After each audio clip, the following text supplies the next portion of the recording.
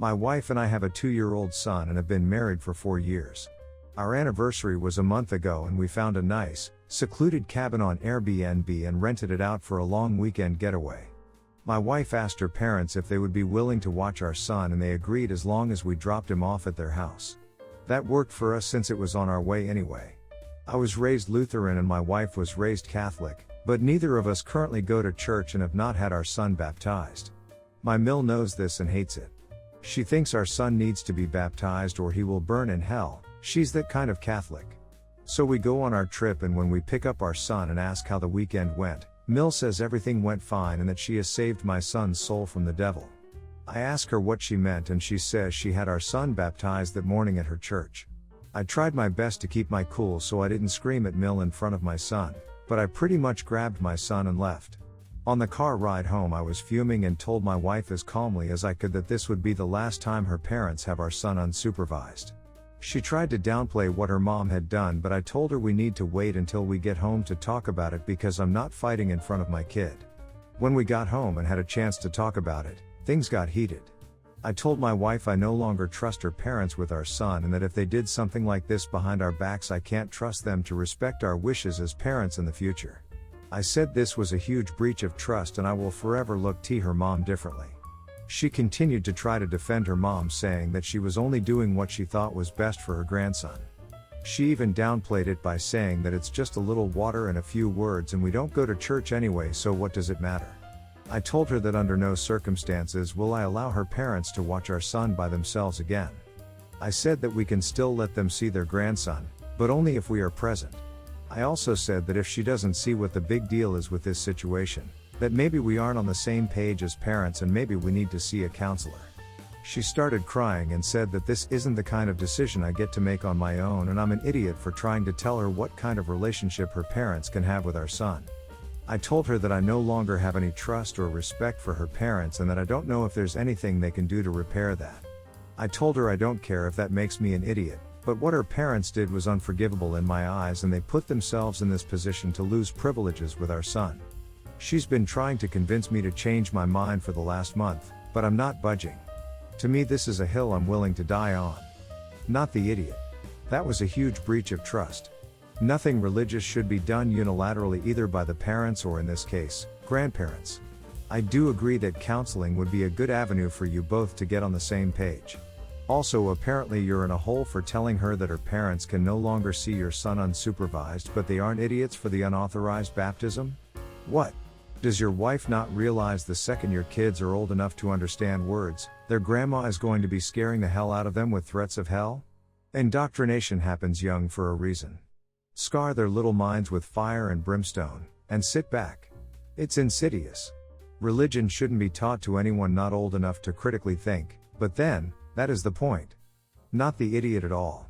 My so and I come from 2 different religions and have explicitly told both parents not to involve our child in anything religious. My Mill tried it a few times and we basically said if you do it again you're not interacting with our child. Period. You two are the parents, if her parents can't respect that they don't get to be with your kid unsupervised. My 27 best friend, 27, is getting married in February. She has been planning her wedding for 2 years and I have been actively helping her the entire time as her maid of honor. I am extremely excited for her to get married, but she is slightly controlling. She's the kind of girl that has to have everything perfect or it's completely ruined. But her wedding, her rules. Well, I found out I was pregnant at the beginning of October and am due toward the end of June. This is my first baby and I have struggled heavily with fertility issues so this is a literal miracle baby. My husband and I had literally just given up hope in trying for a little while this past summer. I will be in my 2nd trimester during the time of her wedding. Well, I told my best friend last week and she seemed upset. She wasn't too happy that I was pregnant and her first question is if I would fit in my bridesmaid dress. The dress is extremely flowy and I told her that I should be just fine, and if not I'll cover the cost of any alterations/buying another dress. I bought my dress in the first place anyways. Like literally her first question, not even congratulations. I tried to shrug it off and just assumed she was stressed. Her bachelorette party is next month. I've been exclusively planning it, so I just reached out with the final details to her to confirm everything. During the phone call, she tried to make me feel bad that I wouldn't be drinking with the rest of them and that it wouldn't be the Bach party of her dreams, and I told her it would still be fun. That upset me even more, but I just tried to shrug it off once again. Today she called and told me she had a hard decision to make, but she's been thinking about it, and while she would like to keep me MOH, she doesn't want me in her pictures. She said that my bump would be too distracting, she didn't want her pictures to turn into a maternity photo shoot, and that she just didn't feel comfortable with it. However, she still wanted me to pay for the bachelorette party, help her plan the wedding, and wanted me to do almost everything MOH except be in pictures, and she was debating if she still wanted me to give a speech. She then sent me a bunch of bag-like dresses to choose from as my new dress, since I won't need my MOH dress. We have been best friends since we were 10. I would have never in my wildest dreams expected her to act this way. Would I be the idiot for dropping out of her wedding? I really don't feel like paying for, and being supportive of, a person who treats me like a disposable mooch after years of fertility issues. But I also feel like I may be overreacting, as some of my friends said that I would look odd in the pictures. Thoughts? Don't spend another penny on her. Do a maternity shoot in the dress and put the photos everywhere. Do not go to her wedding. That is not your friend. Not the idiot. Also let your photographer friend know why you won't he at the wedding. I can't believe you did such a beautiful thing at your wedding for the both of you, and she's being awful. Not the idiot. She is treating you horribly. I would just leave and not take part in any of this. You can firmly explain to her why you want no part in her wedding. She'll probably throw a crap show and accuse you of being selfish and trying to steal her limelight, but who cares? She's not acting like a friend should. Congrats on your baby. You would know. Be the idiot. Here is some hard truth. This woman is just not your friend. Drop out of the wedding and drop her from your life. She wants you to work your butt off and spend a bunch of money on her wedding, but she quite literally doesn't care enough about you to congratulate you on getting pregnant. And now her inner bridezilla has decided that her friend of over 15 years is not photogenic enough to be in the pictures. I, 50s, have a daughter Maya, 27, with my husband, 50s. Maya got pregnant with our first grandchild, Jake, 10, when she was only 17. The father remained involved, and my husband and I spent a lot of time looking after the little one so that Maya could focus on school. Maya had another baby when she was 19, our second grandchild, Noah, 8. Shortly after Noah was born, the father of both kids stopped being involved and he moved to another part of the country. However, he did pay child support. Up until around 3 years ago, Maya lived with us rent-free. My husband and I looked after the kids a lot, and we were the ones taking them to school and cooking them dinner. We understood that Maya didn't have the financial means to move out, but it was very frustrating, and we felt that Maya wasn't taking responsibility. So 3 years ago, Maya started online dating this wealthy man who's in his 40s. She announced to us that she's in love with him and going to move to the other side of the country to move in with him, but that she can't take the kids with her because he doesn't like children. My husband and I told her that this situation is absolutely insane and that she can't be serious. Maya broke down crying and started begging us to let her sign custody over to us so that she could live her dream and not be shackled down. We agreed, not for Maya's sake but for Jake and Noah. We got custody signed over, and we are now Jake and Noah's legal parents. The poor boys were heartbroken when Maya left, and for the first few weeks they'd constantly ask to call her and drew pictures for her. We did try to call Maya so the boys could talk to her, but more often than not she didn't answer the phone. After a few months, she was unreachable and never answered texts or calls for weeks at a time. We've been taking the boys to a child therapist in the past to help them process everything, and they are doing much better now. Last month, Maya called us and explained in tears that the relationship broke down. She asked if she could come back home and spend some time with her kids. It was very out of the blue after she ignored us for 3 years. It was an impulsive decision that was possibly out of spite, but my husband and I told Maya that we're not letting her see her children. We think it would cause them a lot of heartache if she abandons them again, and that she's an unfit mother who evades responsibility. I know we're within our legal rights to do this, but I want to know if a neutral party thinks we're in the moral wrong. Not the idiot. You are the mother to those boys. Your husband is dad. You are correct. Your daughter is unfit to be a mother, and honestly, to be a part of your family. She made her choices.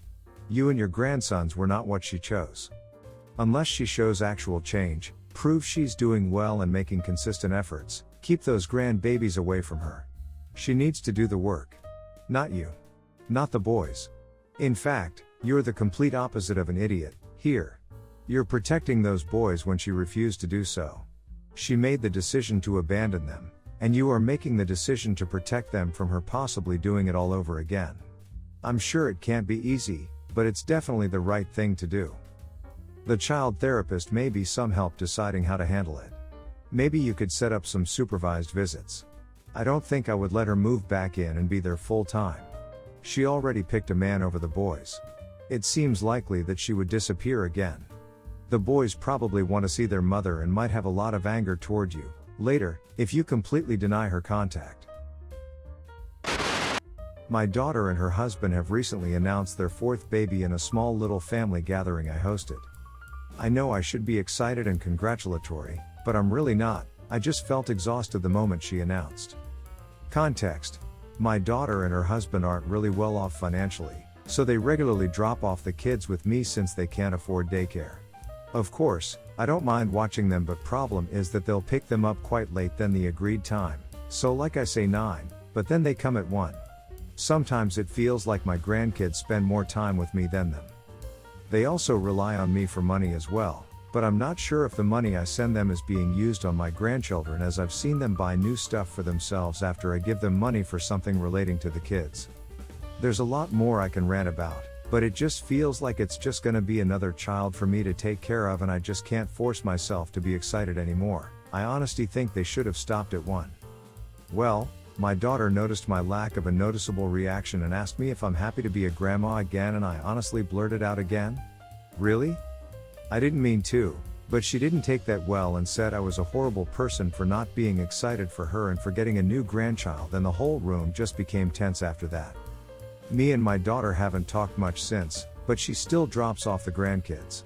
Apparently she's waiting for apology until she's ready to talk me, and while I'm hesitant, I don't want to spill apart the family.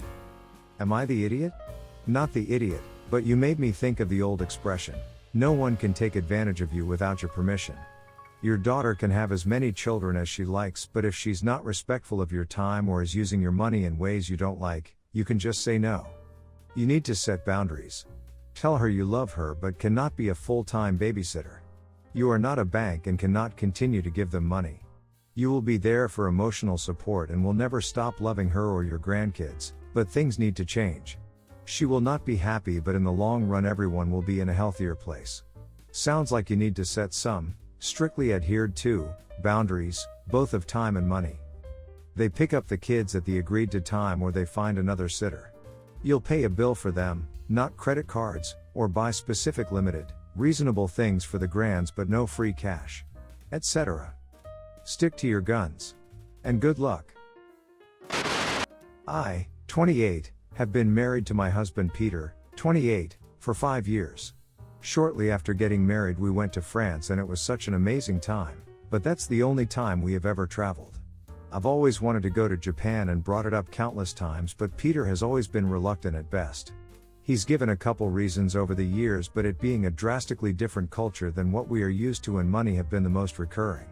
We hadn't done much of anything due to COVID obviously, but with places opening up and stuff I've been asking again. He still's not sold. But he did agree to go on a trip a few weeks ago to the Packers' last game on their home field. He grew up there, for a few days, and it stung that he agreed to that so easily but is reluctant to travel with me somewhere romantic. I'll admit I got desperate and in the moment bought plane tickets to Tokyo, Japan, for the same time frame his trip was and surprised him with it. He actually seemed interested until he learned the dates, and then said no because of his already made plans. I asked him if he was really going to choose his friends/family over an amazing time with me, and he said yes because I was not respecting his plans and called me an idiot. He left. I was and still am heartbroken, and I could not get a refund, so I took our kid and I to my parents. I'm still there now, but I let our son come back to him because school is closer to our house, but I told him I won't see or speak to him until he agrees to travel with me literally anywhere at this point. We're currently at something of an impasse. My parents are letting me stay but are calling me a huge brat for acting like this, but do I deserve to be vilified just for wanting to do something fun as a couple? We haven't done anything in years. Am I the idiot here? You are the idiot for spitefully purchasing tickets when you knew he had a trip already planned. Then you double down on your idiot behavior by running home to your parents and giving your husband a ridiculous ultimatum that you won't even talk to him until he agrees to take you on a trip. This is not how healthy adults resolve their issues, and don't be surprised when the trip he takes you on is to Divorceville. You're the idiot. Traveling, especially to a foreign country, is expensive and time-consuming to plan everything to a T. You can't just expect to drop everything and jet off. Yes, you traveled during your honeymoon because that was planned during the wedding and you both agreed. You knew he had plans and then wanted to be sneaky and buy non-refundable tickets, thinking, oh, I'm his wife and I already did it, so he can't say no. Your parents are right. You're a brat. You're the idiot.